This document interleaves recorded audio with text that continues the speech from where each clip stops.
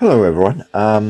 The germ of this diorama came from when I was reading some books on Australian wartime history. I initially read the Black Cats book, and that's about all the adventures of the writer's brother in terms of the actions that happened in World War II with the Catalinas, their mine-laying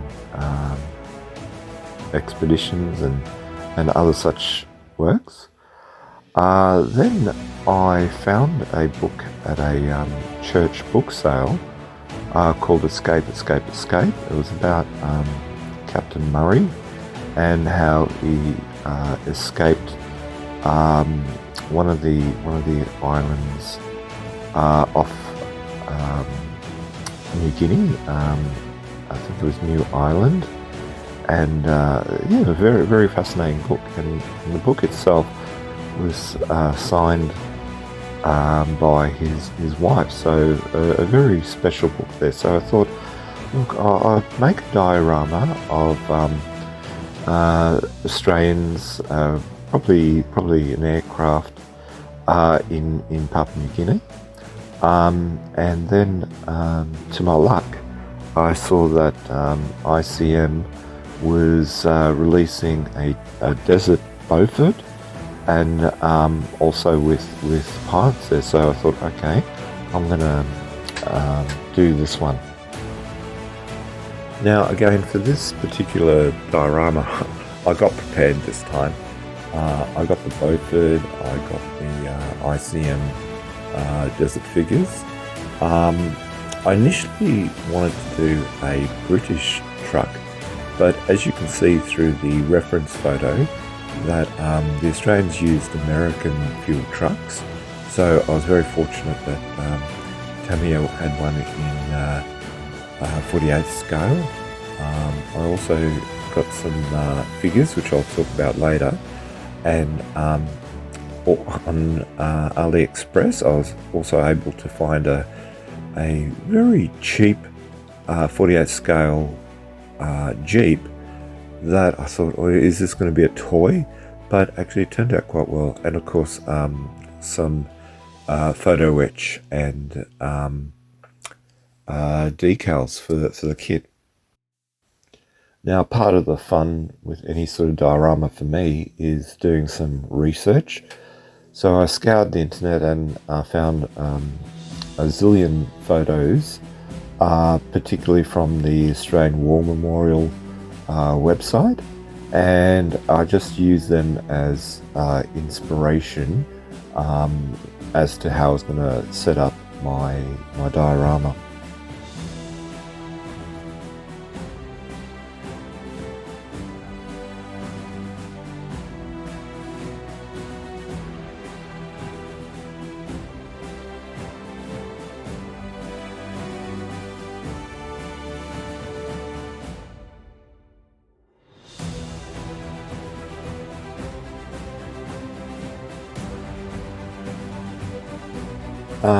I started out making the Beaufort model, and I consequently also got this book, Beaufort, Beaufighter and Mosquito in Australian service. I started making the kit, putting the internal features. The good thing also about this model was that it had the ribs inside, which I painted and then dry brushed, and looked quite effective. It had a lot of good details on the instrument panels, which also dry brushed. I actually forgot that I bought some photo etch, and they were Edward 3D, and they were too good to waste, and I didn't want to go over the panels. So what I did was that I cut up the 3D decals and put them on the side of the fuselage, in which they had a lot of equipment on there, and it looked right.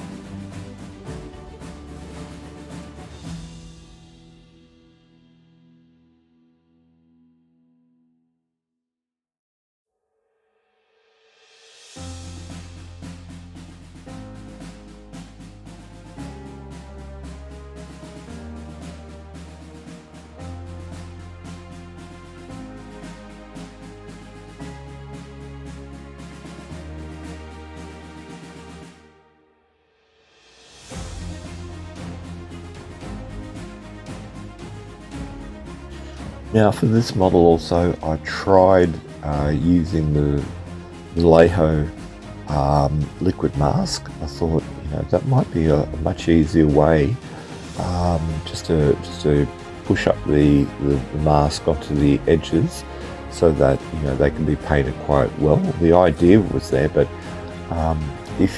what I found was that if you have mask over a great area, it tends to break apart and doesn't actually serve its purpose. So I think it's back to the tape for me when it comes to masking off windows.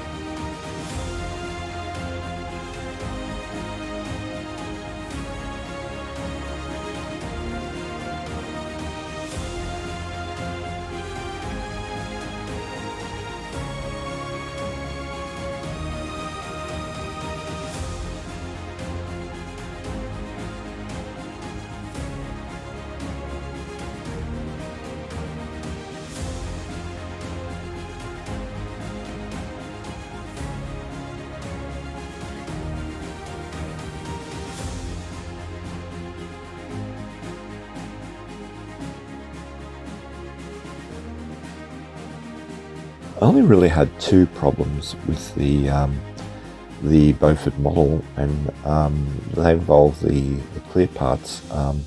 Firstly, it was a turret. For some reason, it was very difficult to put in according to instructions. That was very, very fiddly. And also at the front of the aircraft, once I put the big glass canopy, it didn't mate up exactly. So at one point I had to do a lot of filling after I've painted everything, and resanding and repainting there to match it up. Yeah, I wasn't very happy with that part of the model.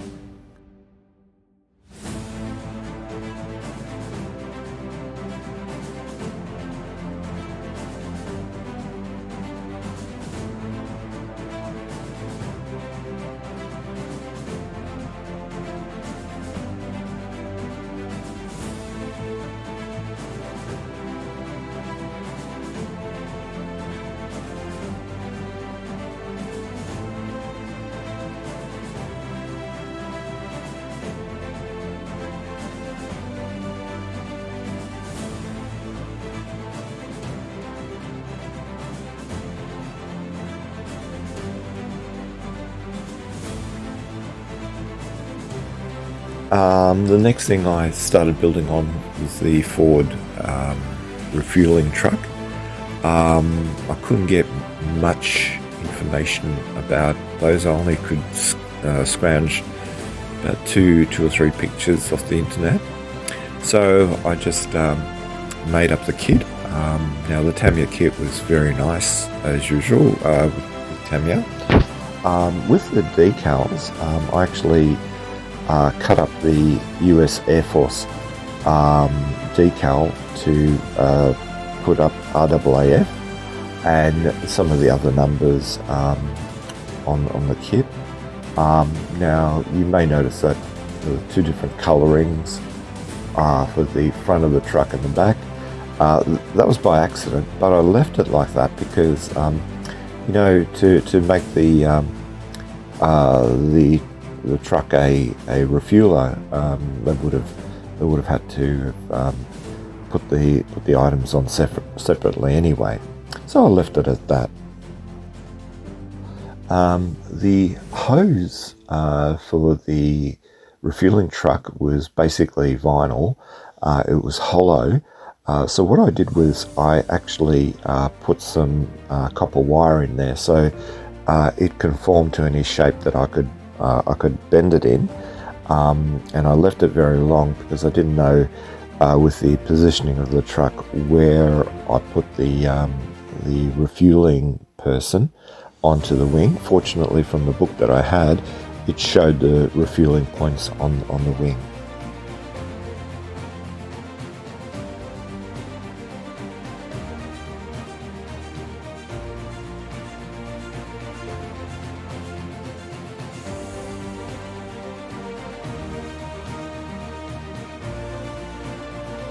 The next thing I started to make was the Jeep from AliExpress, and when I looked at it, I was pleasantly surprised.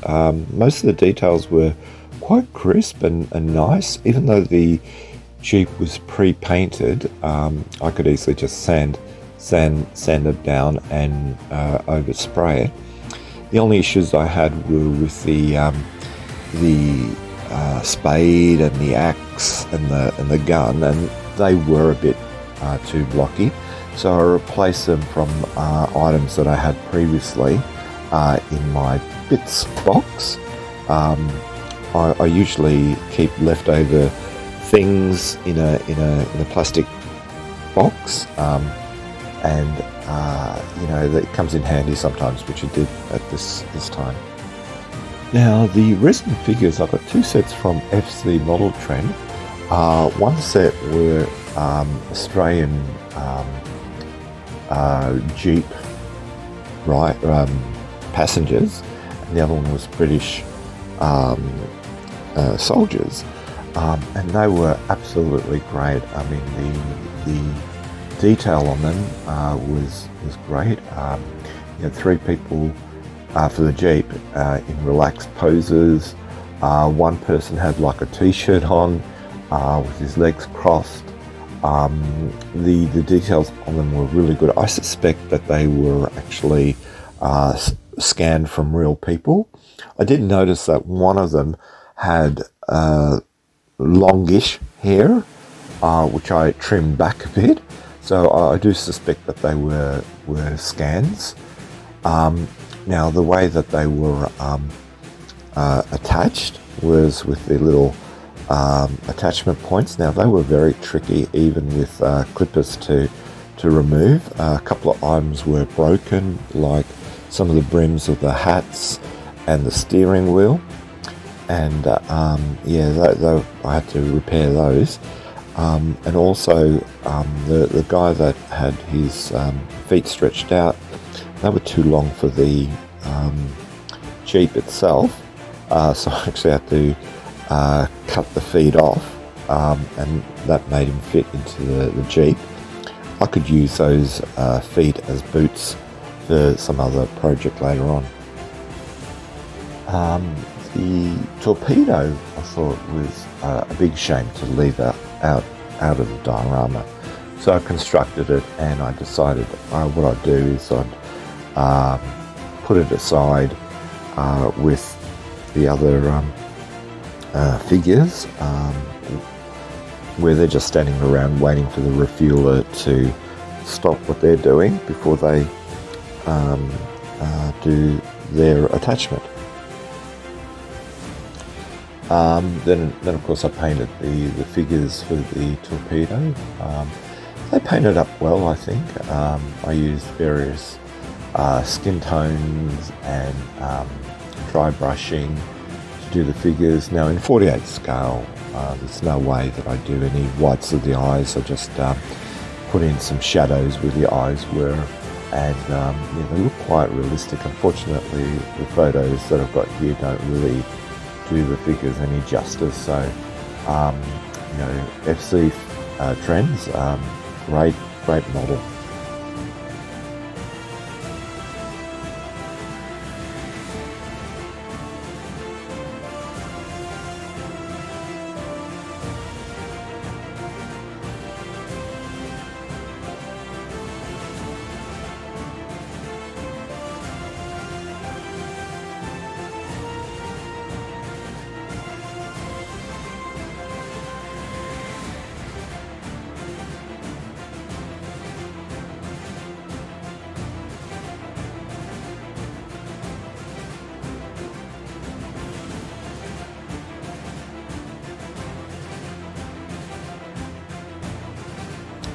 Then the last thing I did was to make the ICM figures for the plane. Now they're typical ICM, very well sculpted, very characteristic faces, and yeah, they rounded off the whole kit where they're just looking at the plane and all the goings on the side of the diorama.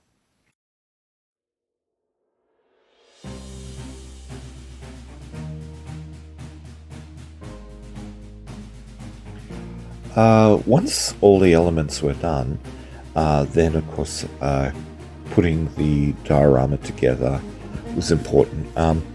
I wanted on the edge of the diorama to have the master mats, and I was very fortunate that I found some on the internet that I could print out on my resin printer, and that took a long time to do, over many weeks, to do that individually, then glue them. They turned out well.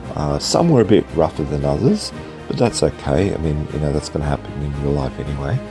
And then I glued them. I also made the base fairly muddy, because in New Guinea there'd be rains and then you know, drying periods. So I made the base and I covered it with plaster of Paris, and when it dried, it made some grooves which were quite good, and I left it that way. And just along the edges, I decided to put some vegetation. I got some plastic ferns from AliExpress. Other palms I made from just paper that I cut out. And one other thing I tried was actually painting on leaves on a slippery background like sticky tape, with paint and water-based glue that I found on the internet, and it produced some very realistic types of fronds. I need to get some hypodermic needles to actually do that next time to make it more realistic.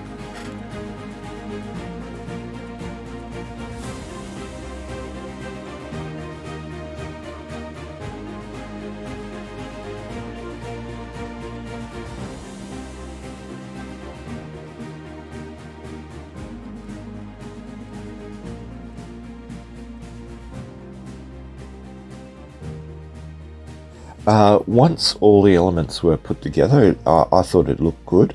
Yeah, the torpedo wouldn't be put onto the side, but they're just waiting. Usually torpedoes are loaded from the front of the craft. And the last thing I needed to do was to actually apply some dust effects all over on the plane, on the vehicles, and on the ground itself, especially the mats. And once I did that, it just looked fantastic, and I was really happy with that. The last thing that I'd need to do was actually to make a acrylic case for it, as the actual diorama doesn't fit into my bookcase well.